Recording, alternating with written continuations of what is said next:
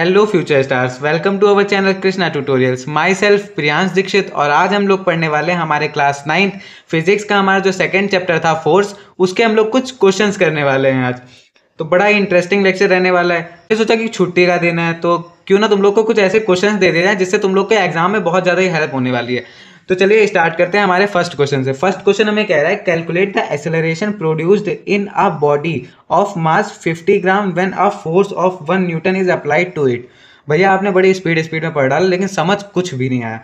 अब क्या करते हैं हम लोग इसको बड़ा आराम आराम से धीरे धीरे करके पढ़ते हैं। सबसे पहले बोला है कैलकुलेट द एक्सेलरेशन, यानी कि तुम्हें क्या समझ में आ रहा है कि कोई एक्सेलरेशन निकालने की बात कर रहा है। यहाँ पे एक्सेलरेशन दी नहीं गई और एक्सेलरेशन हमको निकालने की बात की जा रही है। बोला है प्रोड्यूस्ड इन अ बॉडी, यानी कि कोई बॉडी है उसके ऊपर एक्सेलरेशन प्रोड्यूस हो रही है।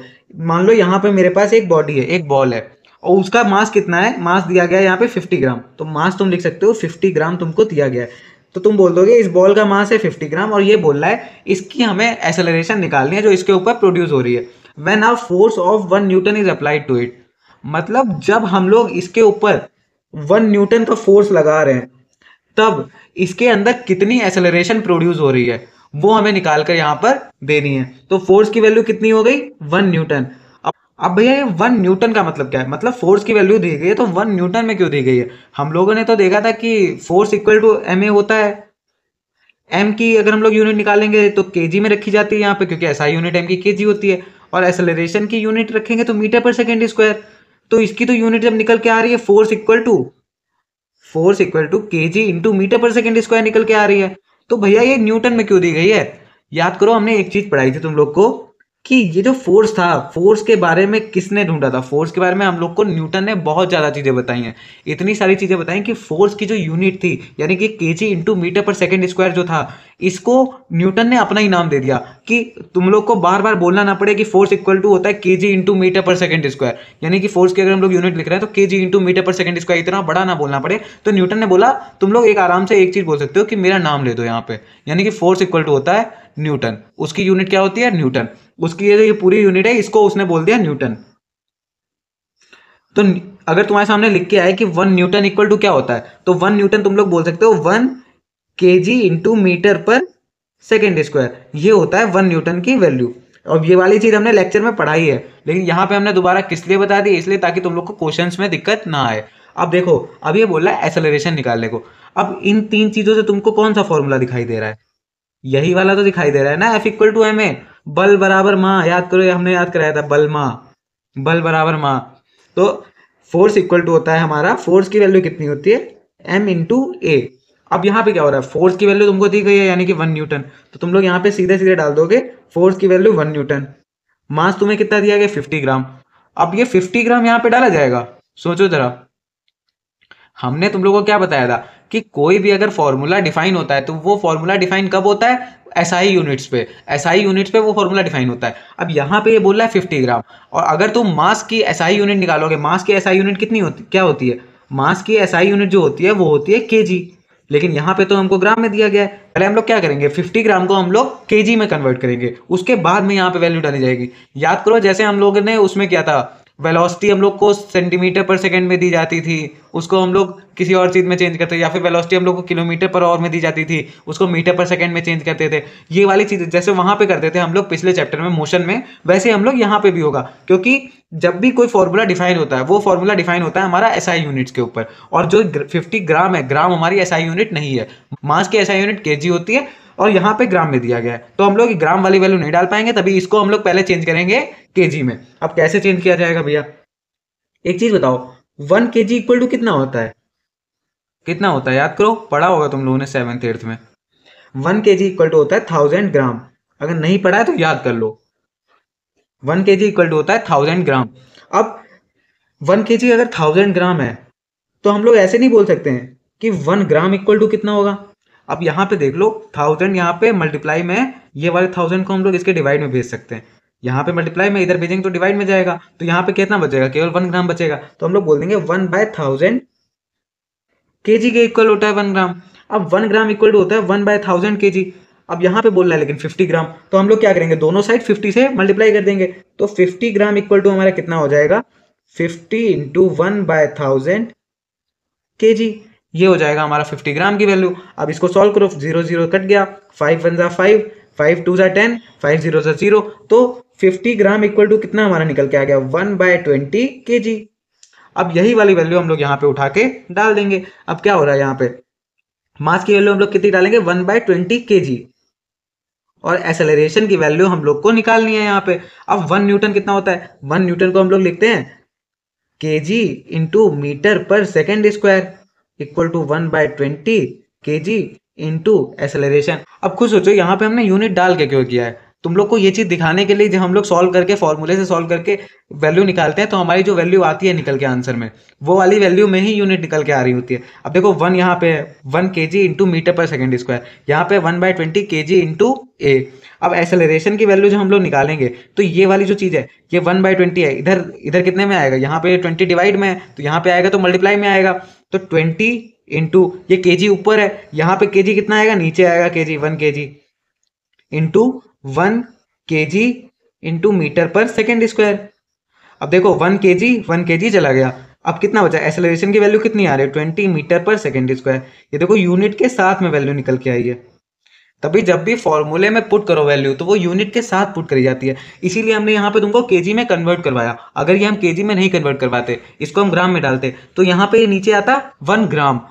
अब 1 ग्राम अगर नीचे निकल के आता तो भैया ग्राम से केजी तो नहीं कटता, इसीलिए हमने यहाँ पे केजी डलवाया था, क्योंकि केजी होगा तो केजी से केजी कट जाएगा और मीटर पर सेकंड स्क्वायर में वैल्यू निकल के आएगी। और जो एसेलरेशन होती है, एसेलरेशन की वैल्यू मीटर पर सेकंड स्क्वायर में निकल के आती है, क्योंकि उसकी जो यूनिट होती है वही होती है हमारी मीटर पर सेकंड स्क्वायर, इसीलिए मीटर पर सेकंड स्क्वायर में उसकी वैल्यू निकल कर आती है। अब जिसको इसको क्वेश्चन नोट करना है वो पॉज करके इसको नोट कर ले, हम लोग अपने नेक्स्ट क्वेश्चन पे चलते हैं।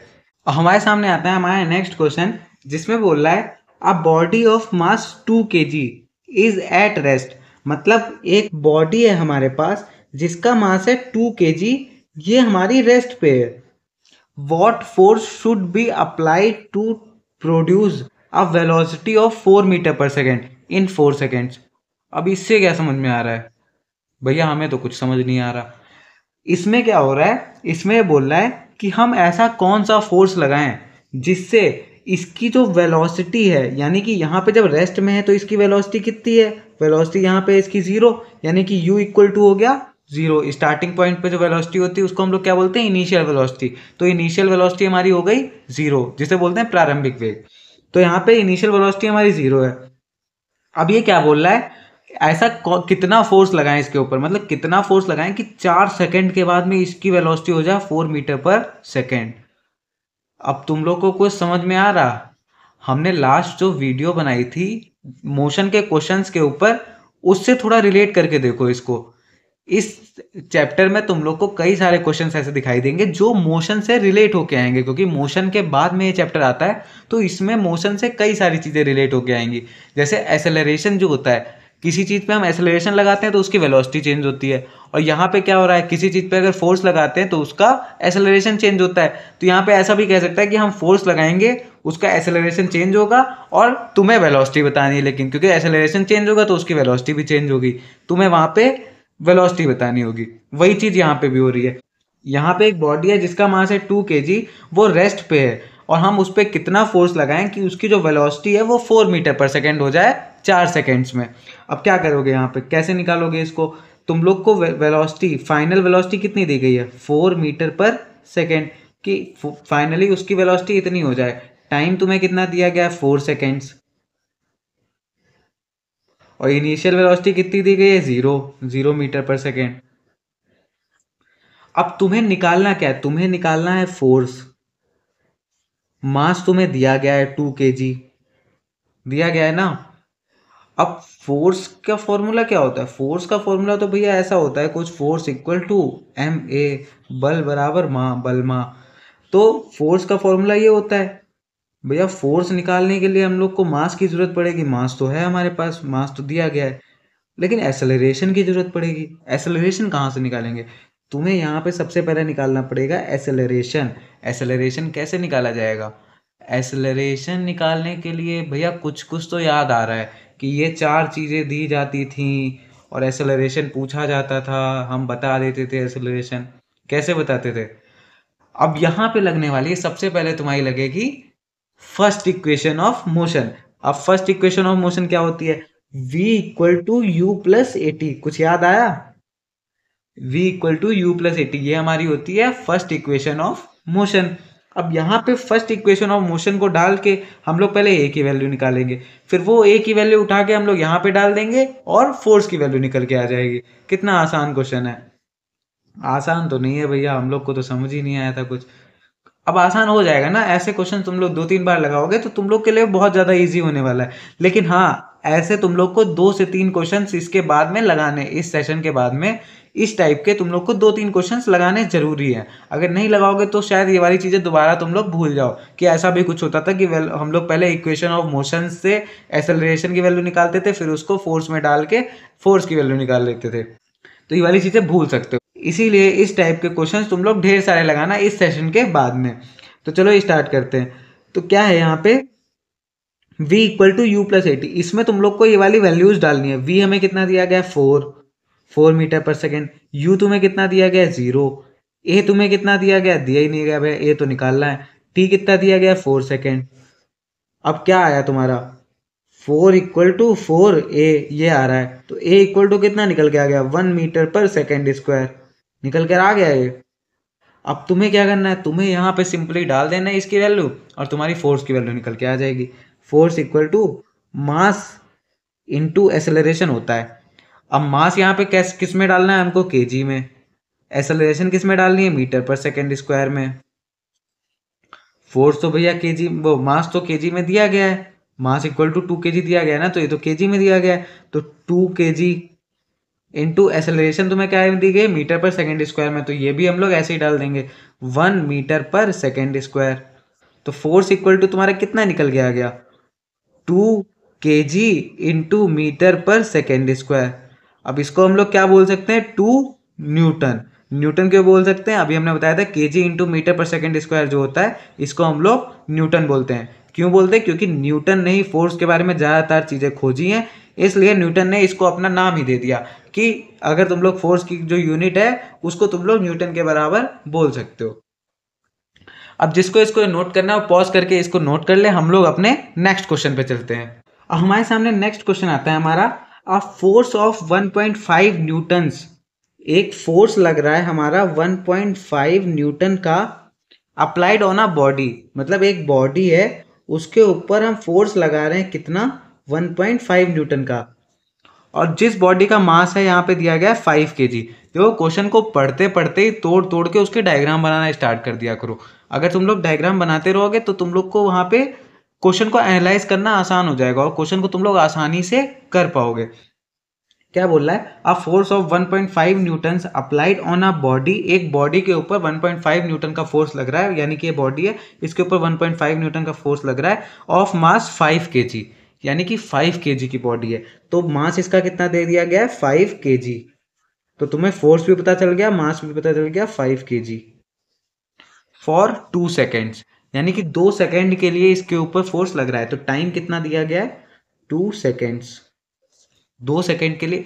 अब जैसे क्या होता है यहाँ पे ये चीज़ है, जैसे मान लो एक तुम्हारे पास है टेबल, ये तुम्हारी टेबल है, तुम यहाँ पे खड़े हो, इस टेबल के ऊपर तुम फोर्स लगा रहे हो, ठीक? तुमने फोर्स लगाया। अच्छा एक बात बताओ, तुम फोर्स लगाना स्टार्ट करते हो तुरंत थोड़ी ना टेबल हिल जाती है। टेबल को टाइम लगता है कुछ ना। अगर मान लो हम हल्का सा हाथ रख के फोर्स हल्का सा ही लगा रहे हैं और मान लो नीचे जमीन जो है उसका फ्रिक्शन थोड़ा ज़्यादा है, यानी कि उसका घर्षण थोड़ा ज़्यादा है, तब तुम उसके ऊपर फोर्स लगा रहे हो, यानी कि उसके ऊपर अपनी तरफ से बल लगा रहे हो, तो क्या होगा? वो मेज ज़्यादा आगे खिसकेगी ही नहीं, तुम बल लगाते रहोगे, खिसकेगी नहीं, और तुम्हें काफ़ी देर तक फोर्स लगाना पड़ेगा, उसके बाद में वो खिसक पाएगी। तो यहाँ पे वही चीज़ हो रही है, हमारे पास जो बॉडी है वो 5 kg की है। अब 5 kg की बॉडी पे हम अपनी तरफ से फोर्स लगा रहे हैं, तो क्या हो रहा है? 2 सेकेंड तक फोर्स लगाने के बाद में वो बॉडी स्टार्ट होती है चलना। ये बोल रहा है कि 5 kg for 2 seconds until it starts moving, यानी कि यहाँ पे क्या हो रहा है? यहाँ पे ये चीज़ है, मान लो कि तुमने टेबल पे हाथ लगाया, धक्का मारा अपनी तरफ से, और जैसे ही तुम्हें लगा कि टेबल स्टार्ट हो गई, चलना स्टार्ट हो गई, तुमने छोड़ दिया, तुमने हाथ हटा लिया अपना।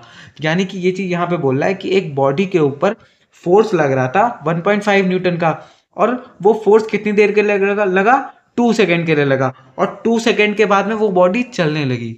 चलने कैसे लगी भैया? क्योंकि ये बोला अंटिल इट स्टार्ट मूविंग, यानी कि जब तक उसने चलना नहीं स्टार्ट किया तब तक उसके ऊपर फोर्स लगाया गया। और ये भी बोल रहा है कि फोर्स जो है वो 2 सेकेंड तक लगाया गया, यानी कि दोनों चीजें बोल रहा है कि 2 सेकेंड तक फोर्स लगाया गया, 2 सेकेंड तक फोर्स लगा। और ये एक और चीज बोल रहा है कि जब तक वो स्टार्ट नहीं हुई, अंटिल इट स्टार्ट्स मूविंग।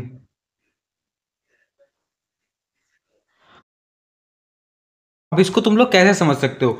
मान लो तुम्हारे पापा तुम्हारा ले रहे हैं टेस्ट, ओरल टेस्ट ले रहे हैं, और तुम्हारे पापा ने तुम्हारा टेस्ट लेते टाइम तुमसे एक क्वेश्चन पूछा और तुम उसका जवाब नहीं दे पा रहे हो। तो ये वैसे ही है बिल्कुल कि मान लो तुम्हारे पापा ने तुम्हारे तब तक तमाचे मारे जब तक तुमने उसका जवाब नहीं दे दिया। या फिर ये हम बोल सकते हैं कि तुम्हारे पापा ने तुम्हारे 10 मिनट तक तमाचे मारे। यहाँ पे बात तो एक ही है कि 10 मिनट तक तमाचे मारे। क्यों 10 मिनट तक मारे? क्योंकि 10 मिनट तक तुम बता ही नहीं पाए, तो 10 मिनट बाद तुमने बता दिया तो पापा ने तुम्हें छोड़ दिया। वही चीज़ यहाँ पे है कि 2 सेकेंड तक हमने फोर्स लगाया।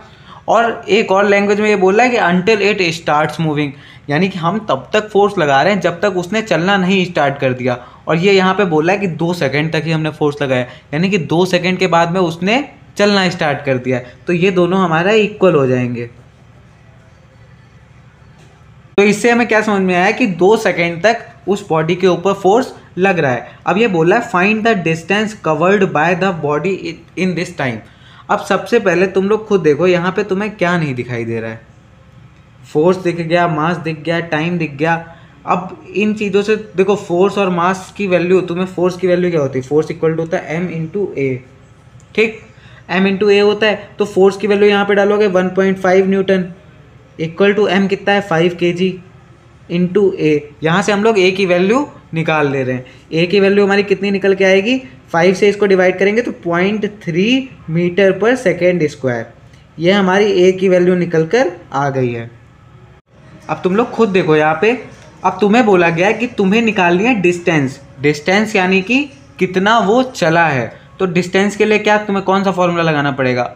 अब फिर से तुम्हें उठ के जाना पड़ेगा मोशन की इक्वेशंस में। मोशन की इक्वेशन क्या क्या होती हैं? v equal to you plus A T, S equal to U T plus half A T square, V square minus you square equal to 2as। ये होती हैं 3 इक्वेशन। अब इसमें से किससे तुम लोग निकाल सकते हो डिस्प्लेसमेंट की वैल्यू, यानी कि डिस्टेंस की वैल्यू तुम लोग इसमें किससे निकाल सकते हो? अब तुम लोग सोचोगे कि भैया डिस्प्लेसमेंट और डिस्टेंस तो अलग अलग चीज़ होती है, यहाँ पे तो डिस्प्लेसमेंट की वैल्यू निकल के आएगी। देखो यहाँ पे हम लोग ये वाला फॉर्मूला क्यों लगा सकते हैं? ये वाले फॉर्मूले इस वजह से हम लोग यहाँ पे यूज़ कर सकते हैं क्योंकि जो डिस्टेंस है और डिस्प्लेसमेंट है वो बराबर हो जाएगी। कैसे बराबर हो जाएगी? हम मान लो इसके ऊपर फोर्स लगा रहे हैं तो चल के तो ये आगे ही जाएगा, ऐसा थोड़ी ना टेढ़ा मेढ़ा चल के चला जाएगा। ये चल के तो सीधी रास्ता में ही जाएगा। तो अगर सीधी रास्ता में कोई वस्तु चलती हुई जा रही है, कोई ऑब्जेक्ट सीधे रास्ता में चल के जा रहा है, तो उसकी डिस्टेंस और डिस्प्लेसमेंट बराबर होता है। ठीक, तो यहाँ पे डिस्टेंस इसकी डिस्प्लेसमेंट के बराबर होगी। तो हम लोग कौन सी इक्वेशन लगाएंगे? सेकंड वाली इक्वेशन लगाएंगे, क्योंकि थर्ड वाली इक्वेशन में हमें v तो दिया ही नहीं गया फाइनल वेलोसिटी। सेकंड वाली इक्वेशन लगाएंगे। अब सेकंड वाली इक्वेशन लगाते हैं। यहाँ पे सेकंड वाली इक्वेशन क्या है? s equal to U T plus half A T square. S की वैल्यू हमको निकालनी है। u क्या होगा भैया? ये तो हमें दिया गया है ना, रेस्ट में है। अब force 1.5 Newton applied on a body of मास इतना अंटिल इट स्टार्ट्स मूविंग, मतलब जब तक उसने चलना नहीं स्टार्ट किया तब तक उसके ऊपर फोर्स लगाया गया। यानी कि पहले वो वस्तु क्या कर रही थी? रुकी हुई थी, यानी कि रेस्ट में थी। तो रेस्ट में थी तो उसकी वो इनिशियल वेलोसिटी कितनी हो जाएगी? 0 मीटर पर सेकेंड हो जाएगी उसकी इनिशियल वेलोसिटी। तो 0 इंटू टाइम कितना है? टाइम 2 सेकेंड दिया गया प्लस हाफ ए कितना निकल के आया हमारा? 0.3 इंटू 2 टी स्क्वायर होता है यहाँ पे 2 इंटू 2 1 जा 2, ये तो 2 से 2 कट गया तो ये तो 0 हो गया। 0.3 इंटू 2 इक्वल टू आ गया 0.6 मीटर। अब s की वैल्यू निकल के आ गई है 0.6 मीटर। ये हमारा है आंसर। अब जिसको इसको नोट करना है पॉज करके इसको नोट कर ले। हम लोग अपने नेक्स्ट क्वेश्चन पे चलते हैं। अब नेक्स्ट क्वेश्चन हमारे सामने आता है, a force of 10 newton acted on a stationary body of mass 2 kg for 3 seconds. मतलब यहाँ पे क्या बोल रहा है? एक फोर्स लग रहा है हमारा 10 न्यूटन का। फोर्स की वैल्यू है 10 न्यूटन। किस पे लग रही है? स्टेशनरी बॉडी, यानी कि रुकी हुई बॉडी। रुकी हुई बॉडी है तो उसका वेलोसिटी कितनी होगी उस टाइम पे? 0, यानी कि इनिशियल वेलोसिटी उसकी हो जाएगी 0। तो फोर्स उस पर लग रहा है 10 न्यूटन का, इनिशियल वेलोसिटी है उसकी 0, और बॉडी ऑफ मास 2 kg, मास उसका कितना दिया गया है 2 kg फॉर 3 सेकेंड्स, यानी कि टाइम दिया गया है 3 सेकेंड। 3 सेकेंड तक एक बॉडी के ऊपर फोर्स लगा है जिस बॉडी का मास है 2 kg, और वो रुकी हुई थी, स्टार्टिंग में रुकी हुई थी, तो उसकी इनिशियल वेलोसिटी हो जाएगी 0। अब वो बोल रहा है the velocity obtained by the body, body द्वारा वेलोसिटी कितनी ऑब्टेन्ड करी गई, यानी कि प्राप्त कितनी वेलोसिटी कर ली गई है, वो हमें बतानी है यहाँ पे। अब कैसे बताएंगे ये वाले को? अब इसमें तुम लोग क्या कर सकते हो, तुम लोग खुद सोचो। एफ की वैल्यू है तुम्हारी 10 न्यूटन, तो यहां से तुम लोग एक्सेलरेशन की वैल्यू नहीं निकाल लोगे, क्योंकि एफ तो होता है बल बराबर होता है हमारा माँ, बल माँ, तो एफ इक्वल टू होता है एम ए। एफ की वैल्यू है 10, एम की वैल्यू कितनी है 2, ए की वैल्यू यहां से तुम लोग निकाल सकते हो, ए इक्वल टू आ जाएगा 5 मीटर पर सेकेंड स्क्वायर, ये आ गया ना, ए का वैल्यू आ गया 5 मीटर पर सेकेंड स्क्वायर। अब तुम्हें यहाँ पे क्या निकालना है, velocity obtained by the body, velocity निकालनी है। तो तुम्हारे पास सिंपली 3 इक्वेशन है, v equal to you plus A T, S equal to U T plus half A T square, और v square minus you square बराबर 2as। ये वाली 3 इक्वेशन है, तीनों में से कोई एक इक्वेशन यहाँ पर लगेगी, कोई एक इक्वेशन लगा के हम लोग को v की वैल्यू पता चल जाएगी। v की वैल्यू हमसे पूछी गई है, तो v की वैल्यू कैसे निकालेंगे? देखो पहली वाली इक्वेशन में v दिया गया, v निकालना है, u दिया गया है, a दिया गया है, t दिया गया है, सब दिया गया है, v की वैल्यू निकल भी रही है, तो पहली वाली इक्वेशन आसान रहेगी लगाना। तो v equal to you plus A T, v की वैल्यू हमें निकालनी है, u की वैल्यू हमको 0 दी गई है, a की वैल्यू हमारी निकल के आ गई है 5, t की वैल्यू है हमारी 3, तो v की वैल्यू हमारी निकल के आ गई 15 मीटर पर सेकेंड। तो फाइनल वेलोसिटी हमारी आ गई है 15 मीटर पर सेकेंड। अब वो बोल रहा है द चेंज इन मोमेंटम, मतलब उसके संवेग में कितना चेंज हो रहा है, संवेग होता है मोमेंटम और वेलोसिटी होती है हमारी वेग, तो संवेग में कितना परिवर्तन हो रहा है वही वो पूछ रहा है। अच्छा एक बात बताओ, संवेग में परिवर्तन तुम लोग कैसे निकाल सकते हो? उसको निकालने के लिए देखो, मोमेंटम को हम लोग कैसे दिखाते हैं, पी से दिखाते हैं। तो पी का फॉर्मूला क्या होता है, पी इक्वल टू होता है एम वी, हमने क्लासेस में बताया कि पी इक्वल टू होता है एम वी। तो पी का जब हम लोग को चेंज निकालना होगा, चेंज इन मोमेंटम निकालना होगा, चेंज इन मोमेंटम कैसे निकाला जाएगा? तो चेंज इन मोमेंटम को हम लोग दिखाते हैं डेल्टा पी से। ये चीज भी हमने पढ़ाई है कि डेल्टा पी, डेल्टा का मतलब होता है कि पहला वो आखिरी वाला माइनस पहला वाला, तो डेल्टा पी इक्वल टू हमारा हो जाएगा P final minus p initial, ये हो जाएगा हमारा डेल्टा पी। तो पी फाइनल हमारा क्या होता है, पी फाइनल की वैल्यू हमारी होती है M V final minus M V initial.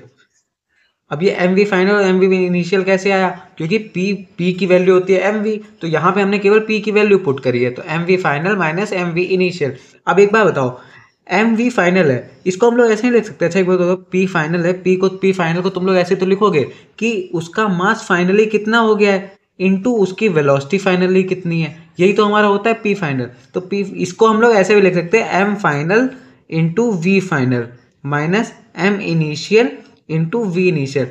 खुद सोचो 10 मिनट के बाद में तुमसे पूछा बोला जा रहा है कि 10 मिनट के बाद में तुम बताओ कि तुम्हारा मोमेंटम कितना है, तो तुम क्या करोगे, तुम अपना मास वहां पे रखोगे 10 मिनट के बाद में कितना हो रहा है, और तुम्हारी 10 मिनट के बाद में वेलोसिटी कितनी हो रही है, तो पी फाइनल इक्वल टू हो जाएगा हमारा M final into V final, वही चीज यहाँ पे की गई है। अब एम फाइनल क्या है, एम फाइनल हमारा 2 है। देखो एम में कोई चेंज हो ही नहीं रहा है, एम में हमारा कोई चेंज हो ही नहीं रहा है, क्योंकि कोई भी चीज का मास थोड़ी ना चेंज हो जाएगा। ये थोड़ी ना तुम बोलोगे कि तुम्हारा 10 मिनट के बाद में मास कुछ और हो गया, ऐसा थोड़ी ना हो जाएगा। तो क्या हो रहा है यहाँ पे, एम फाइनल उसका क्या है, एम फाइनल और एम इनिशियल उसका बराबर हो जाएगा, तो M final equal to M initial जो है हमारा 2 kg। तो एम फाइनल की जगह क्या डाला जाएगा 2 इंटू वेलोसिटी फाइनल उसकी कितनी हो गई है, फाइनली वेलोसिटी उसकी 15 हो गई, अभी तो हमने निकाली है 15 माइनस एम इनिशियल उसका कितना है, एम इनिशियल उसका है 2, एम इनिशियल और एम फाइनल तो बराबर ही है ना, तो वी इनिशियल क्या है, वी इनिशियल उसका था 0, तो यहाँ पर आ गया 2 15 होता है 30 माइनस 0, तो निकल के आ गया हमारा 30। डेल्टा पी की वैल्यू हमारी निकल के आ गई है 30, मतलब यानी कि चेंज इन मोमेंटम हमारा निकल कर आ गया है 30। तो हमारा ये क्वेश्चन यहाँ पे सॉल्व हो गया। हम लोग अपने नेक्स्ट क्वेश्चन पे चलते हैं, जिसको ये नोट करना है पॉज करके इसको नोट कर ले। अब नेक्स्ट क्वेश्चन हमारे सामने आता है, a force of 200 newton is applied to a body, एक बॉडी है हमारे पास, इस पे फोर्स लगाया जा रहा है 200 न्यूटन का, फोर्स की वैल्यू हो गई हमारी 200 newton. To a body of mass 25 kg, जिसका मास है हमारा 25 kg। तो मास हम लोग लिख देंगे 25 kg। If it moves from rest, यानी कि रेस्ट से उसने चलना स्टार्ट किया है, तो हम लोग क्या बोलेंगे, रेस्ट से चलना स्टार्ट करेगा तो उसकी इनिशियल वेलोसिटी क्या होगी, जीरो, यानी कि यू होगा हमारा जीरो। ट्रेवल्स 64 मीटर्स, यानी कि उसने एस कितना चला है, 64 मीटर चला है। Calculate the time taken by the body, उसके द्वारा टाइम कितना लिया गया है वो हमें बताना है। सिंपल सी बात है, फोर्स लग रहा है किसी बॉडी के ऊपर जिसका मास है 25 kg, और फोर्स लगेगा तो मतलब होगा उसके ऊपर एक्सेलरेशन लग रहा है, और उसे 64 मीटर ट्रेवल करना है, तो उसके लिए उसे कितना टाइम लगेगा ये हमें बताना है। अब देखो एफ क्या होता है, एफ इक्वल टू होता है हमारा एम इंटू ए। यहाँ से हम लोग ए की वैल्यू निकालेंगे और ए की वैल्यू हम लोग इक्वेशन ऑफ मोशन में डाल के टी की वैल्यू आराम से निकाल लेंगे। ए की वैल्यू यहाँ से कैसे निकालेंगे, एफ की वैल्यू क्या है, एफ की वैल्यू दी गई है हमें 200, एम की वैल्यू क्या है, एम की वैल्यू है 25, ए हमें निकालना है, तो ए इक्वल टू आ जाएगा 200 बाय में 25, 25 वन जा 25, 25 एट जा 200, तो हमारा ए का वैल्यू निकल के आ गया है 8 मीटर पर सेकेंड स्क्वायर। ये हमारा ए का वैल्यू निकल के आ गया है। अब हम क्या करेंगे, इस वाली ए की वैल्यू को उठा के तीनों में से कोई एक इक्वेशन ऑफ मोशन में डाल देंगे, तो क्या होगा, हमारा टी की वैल्यू निकल के आ जाएगी। अब तीन इक्वेशन ऑफ मोशन क्या थी हमारे पास, v equal to you plus A T, S equal to U T plus half A T square, और v square minus you square बराबर 2as। ये हमारी तीन इक्वेशन थी। अब इसमें से कौन सी इक्वेशन ऐसी है जिससे हम लोग टी की वैल्यू आसानी से निकाल सकते हैं, कौन सी इक्वेशन है सोचो। देखो v की वैल्यू हमको दी नहीं गई है, तो ये वाली तो हट गई और ये वाली भी हट गई, क्योंकि इनमें v की वैल्यू हमें चाहिए होगी, v की वैल्यू हमें दी नहीं गई है, तो हम केवल लगा सकते हैं सेकेंड इक्वेशन। सेकेंड इक्वेशन क्या है, s equal to U T plus half A T square, ये है हमारी सेकेंड इक्वेशन। अब इसमें क्या करोगे, s की वैल्यू तुम्हें दी गई है 64 मीटर, u हमारा है जीरो, जीरो इंटू टाइम कितना लग रहा है t, टाइम तो हमें निकालना ही है ना, तो उसको हमने t मान रखा है, प्लस हाफ ए की वैल्यू कितनी 8 निकल के आ गई है, इंटू टी स्क्वायर। अब क्या हुआ, ये जीरो से टी मल्टीप्लाई होगा तो ये जीरो ही हो जाएगा, तो 64 इक्वल टू हमारा निकल के आ गया।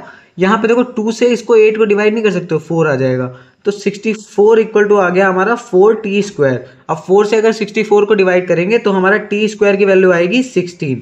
अब एक चीज बताओ, इधर ये स्क्वायर में जो हम लोग इक्वल के इधर इसे भेजेंगे तो ये अंडर रूट में चला जाएगा। अंडर रूट में क्यों जाएगा, देखो कोई भी चीज अगर इक्वल के इधर जिस भी साइन में होती है वो उसके इक्वल के उधर अपोजिट साइड जाने पे बिल्कुल उसकी उल्टी हो जाती है। जैसे अगर इधर प्लस में तो इक्वल के उधर जाएगी तो माइनस हो जाएगी, इधर मल्टीप्लाई में तो उधर डिवाइड हो जाएगी, इधर डिवाइड में तो उधर मल्टीप्लाई हो जाएगी। वैसे इधर अगर स्क्वायर में तो उधर अंडर रूट में हो जाएगी, और उधर इधर अंडर रूट में तो उधर स्क्वायर में हो जाएगी, ये वाली चीज है। तो हमने अगर स्क्वायर को इधर भेजेंगे तो ये हमारा अंडर रूट 16 हो जाएगा। अब अंडर रूट 16 की वैल्यू क्या होती है, अंडर रूट 16 की दो वैल्यूज होती हैं, एक प्लस का 4 एक माइनस का 4। भैया दो वैल्यूज की होती है, देखो पहली बात तो अंडर रूट का मतलब क्या होता है, अंडर रूट का मतलब होता है कोई एक ऐसे नंबर का स्क्वायर करो कि जो अंडर रूट के अंदर वैल्यू है वो वाली वैल्यू आ जाए, वो हमारा under root of this number हो जाता है। जैसे अंडर रूट ऑफ 16 है, तो अंडर रूट ऑफ 16 को निकालने के लिए हमें क्या करना पड़ेगा,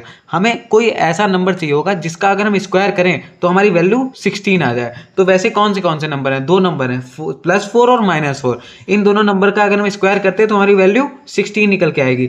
अब एक बार बताओ, टी की वैल्यू तुम्हारी निकल के आ रही है +4, और एक टी की वैल्यू तुम्हारी निकल के आ रही है -4। अब एक चीज खुद सोचो, टी की वैल्यू कोई -4 हो सकती है? नहीं भैया नहीं हो सकती। क्यों नहीं हो सकती, क्योंकि कभी भी टाइम तुम्हारा पीछे थोड़ी ना चल के चला जाएगा। ऐसा थोड़ी ना होगा तुम आज खड़े हो और तुम बोल रहे हो कि हम पिछले वाले कल में चले गए, ऐसा थोड़ी ना हो जाएगा। या तुम बोल दो कि हम -1 घंटा पीछे चले गए, ये थोड़ी ना हो जाता है। तो क्या होता है, टाइम तुम्हारा कभी भी पीछे नहीं जा सकता। तभी हम लोग माइनस वाली वैल्यू को कर देते हैं नेग्लेक्ट, और हम ले लेते हैं ये वाली वैल्यू। तो टी की वैल्यू हमारी निकल के कितनी आई है, 4 सेकेंड। टी की वैल्यू हमारी 4 सेकेंड निकल के आ गई है। अब जिसको इसको नोट करना है वो इसको पॉज करके नोट कर ले। हम लोग अपने नेक्स्ट क्वेश्चन पे चलते हैं। अब नेक्स्ट क्वेश्चन हमारे सामने आता है, the momentum of a body increases from 150 kg metre per second to 600 kg metre per second in 2 minute. Calculate the applied force on the body. कोई एक बॉडी है, उसका मोमेंटम, इनिशियल मोमेंटम उसका कितना है, इनिशियल मोमेंटम उसका है 150 kg metre per second, ये है उसका इनिशियल मोमेंटम। और फाइनल मोमेंटम उसका कितना हो गया है 600 केजी मीटर पर सेकेंड। वो बोल रहा है उसका इनिशियल मोमेंटम था 150 केजी मीटर पर सेकेंड और फाइनल मोमेंटम हो गया उसका 600 KG metre per second 2 minute के अंदर। टाइम कितना लगा है उसे 2 मिनट। अब 1 मिनट में कितने सेकंड होते हैं, 1 मिनट में होते हैं 60 सेकंड, तो 2 मिनट में कितने सेकंड हो गए 2 इंटू 60, वो हो जाएगा हमारा 120 सेकंड। अब हम क्या करेंगे, देखो हमें निकालना है यहाँ पे फोर्स, अप्लाइड फोर्स निकालना है। अब फोर्स की वैल्यू क्या होती है, फोर्स का हमने एक फॉर्मूला बताया था तुम लोग को तुम्हारे न्यूटन के सेकंड लॉ में। न्यूटन का सेकंड लॉ क्या होता है, न्यूटन का सेकंड लॉ होता है force equal to change in momentum, change in momentum upon में चेंज इन टाइम। ये होता है हमारा न्यूटन का सेकेंड लॉ। न्यूटन के सेकेंड लॉ में ये चीज बोली गई थी कि चेंज इन मोमेंटम और चेंज इन टाइम का अगर हम लोग रेशियो ले लें वो हमारी फोर्स की वैल्यू होती है। यानी कि ऐसे भी बोल सकते हैं rate of change of momentum को हम लोग बोलते हैं फोर्स, यानी कि संवेग के परिवर्तन की दर को हम लोग बोलते हैं बल। मोमेंटम को हम लोग हिंदी में बोलते हैं संवेग और फोर्स को हम लोग बोलते हैं बल। ठीक, तो यहां पे क्या हो रहा है, चेंज इन मोमेंटम क्या होगा, p final minus p initial upon में t final minus t initial, ये हमारा हो जाएगा। अब पी फाइनल क्या है, पी फाइनल है हमारा 600 माइनस पी इनिशियल है हमारा 150। अब टी फाइनल और टी इनिशियल क्या है, टी इनिशियल को हमने ले रखा है 0, टी इनिशियल हमारा 0 है तो टी फाइनल हमारा कितना हो जाएगा 2, तो 2 मिनट हो जाएगा। लेकिन अगर उसको हम सेकंड में लेना है तो सेकंड में लेने के लिए हम क्या करेंगे 120 सेकंड, तो 120 माइनस 0 ये हमारा आ जाएगा 600 से। जब हम लोग 150 को माइनस करेंगे तो हमारी वैल्यू निकल के आएगी 450 बाय में 120। अब 0 से 0 चला जाएगा। अब क्या होगा, हम लोग क्या करने वाले 3 से डिवाइड करेंगे, 3 4 जा 12 हो जाएगा हमारा और 3 15 जा हमारा हो जाएगा 45, 3 15 जा 45, 3 4 जा 12। अब क्या हो रहा है 15/4 हमारी वैल्यू निकल के आ रही है। 15 को 4 से डिवाइड करो, 15 को 4 से डिवाइड करेंगे तो हमारी वैल्यू आएगी निकल के 3.75। 3.75 न्यूटन का अगर हम लोग फोर्स लगाते हैं तो हमारी जो चेंज इन मोमेंटम है वो इतना हो जाएगा 2 मिनट के अंदर। यानी कि यहाँ पे बोला था क्वेश्चन में कि ऐसा कौन सा हम लोग फोर्स लगाएं कि उसका जो मोमेंटम है पहले 150 था और 600 हो जाए उसका मोमेंटम 2 मिनट के अंदर। तो ये वाला फोर्स है वो जिसको हम लोग लगाएंगे तो 2 मिनट के अंदर उसका मोमेंटम 150 से 600 हो जाएगा। अब जिसको ये नोट करना है पॉज करके इसको नोट कर ले, हम लोग अपने नेक्स्ट क्वेश्चन पे चलते हैं। अब नेक्स्ट क्वेश्चन हमारे सामने आता है, a cyclist is moving at a speed of 4 metre per second. कोई साइक्लिस्ट है वो 4 मीटर पर सेकेंड की स्पीड से चल रहा है, यानी कि उसकी इनिशियल वेलोसिटी कितनी हो गई 4 metre per second. The total mass of the bicycle and the rider is 128 kg, यानी कि उसकी साइकिल और उस बंदे का मास अगर हम लोग जोड़ लें, जोड़ के हमने उसका मास देखा है तो 128 kg उसका मास आ रहा है। तो मास हम लोग लिख लेते हैं 128 kg। Assuming the friction exerted by the road is negligible, यानी कि जो रोड के द्वारा घर्षण लगाया जा रहा है वो हमने मान लिया नग्न है, यानी कि 0 है वो। तो क्या होगा यहाँ पे, अब वो क्वेश्चन बोला है the value of the definite force that will stop the cyclist in 10 second. हमें एक ऐसी डेफिनेट फोर्स की वैल्यू बतानी है, कोई ऐसी फोर्स की वैल्यू बतानी है जो उस साइक्लिस्ट को 10 सेकेंड के अंदर जाके रोक दे। स्टॉप से तुम्हें क्या समझ में आ रहा है, उसकी फाइनल वेलोसिटी हो जानी चाहिए 0। और हमें बताना यहाँ पे क्या है, बताना है फोर्स। तो फोर्स की वैल्यू हमें बतानी है, टी की वैल्यू हमें दे दी गई है 10 सेकेंड।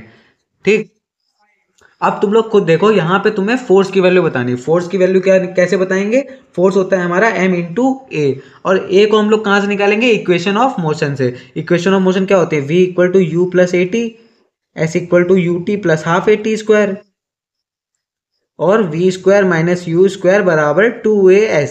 ये हमारी 3 इक्वेशन होती है इक्वेशन ऑफ मोशन की।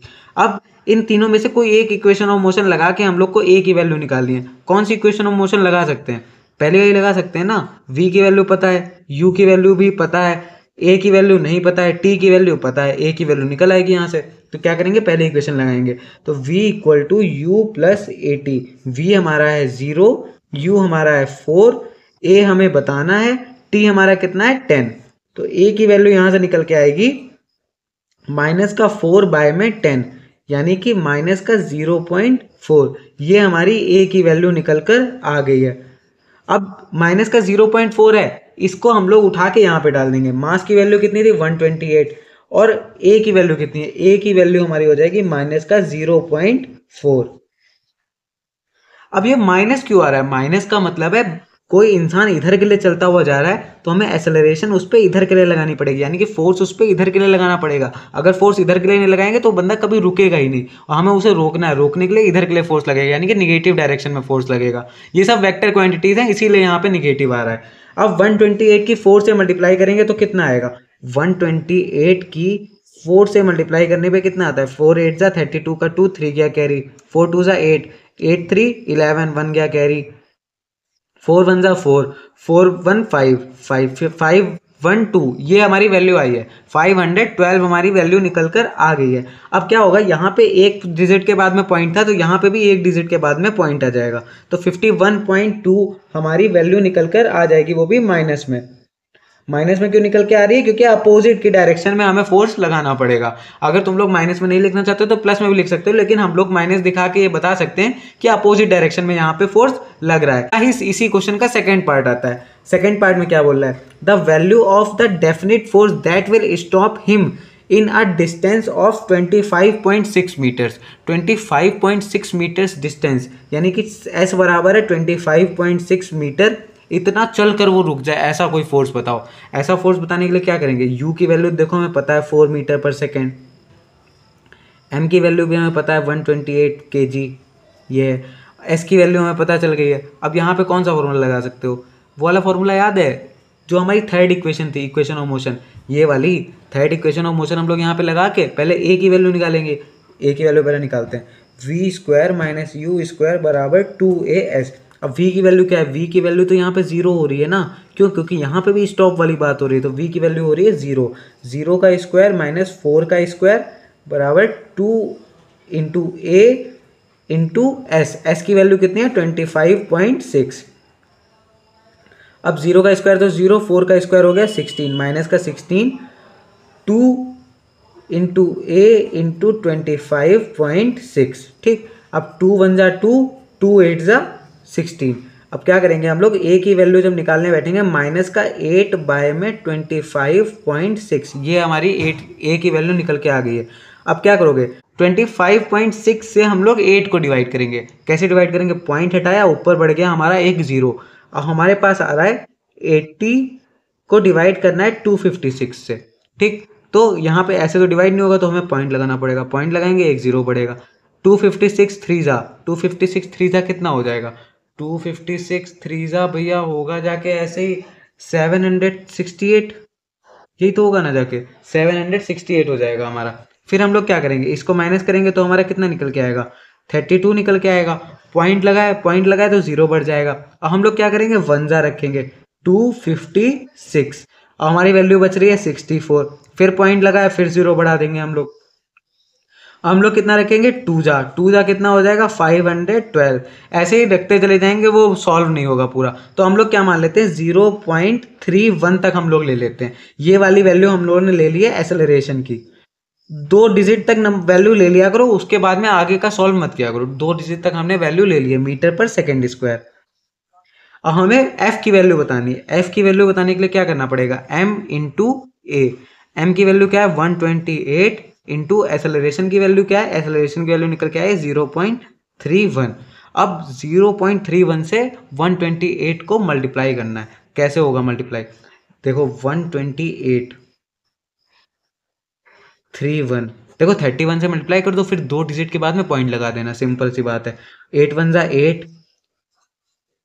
2 1 जा 2, 1 1 जा 1, 8 3 जा कितना होता है 24, 2 गया कैरी, 3 2 जा 6, 6 और 2 8, 3 1 जा 3। अब यहाँ पे हो रहा है हमारा 8, 4 2 हमारा हो जाएगा 6, यहाँ पे हमारा हो जाएगा 8 1 9, और ये हमारा आ जाएगा 3, 3 9 6 8 आ रहा है। और यहाँ पे हमारा था 2 के बाद 2 डिजिट के बाद में पॉइंट था, तो हम लोग यहाँ पे भी 2 डिजिट के बाद में पॉइंट लगा देंगे।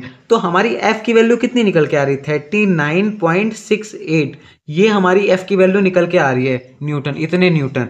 अब एक चीज बताएं तुमको, अगर पॉइंट के बाद वाला नंबर 5 से बड़ा है तो तुम लोग क्या कर सकते हो, तुम लोग उसको एक नंबर बढ़ा के मान सकते हो। जैसे अगर यहाँ पे पॉइंट के बाद में 5 से बड़ा यानी कि 6 है, तो हम लोग बोल देंगे कि ये 39 ना होके 40 ही हो गया है। तो एफ की वैल्यू हम लोग कितनी बोल देंगे यहाँ पे, 40 न्यूटन। ये समझ में आया क्यों हुआ है? क्योंकि हम लोग मान लेते हैं ना कि 39.68 ये पूरा पूरा 40 के आसपास जा रहा है, तो ऐसे ही बोल देते हैं कि ये 40 ही है पूरा पूरा। पॉइंट के बाद में ये हमारा 5 से बड़ा होगा अगर, तो हम लोग इधर साइड एक नंबर बढ़ा देंगे, तो यहाँ पे हो जाएगा हमारा 40। तो एफ की वैल्यू हमारी 40 निकल के आ गई। अब हम अपने चैप्टर को यहीं पर एंड करते हैं। हमने इसके 6 से 7 क्वेश्चन अच्छे से लगा लिए। अब इसके बाद में तुम लोग को क्या करना है, 10 क्वेश्चन अपने आप जाके खुद से लगाने।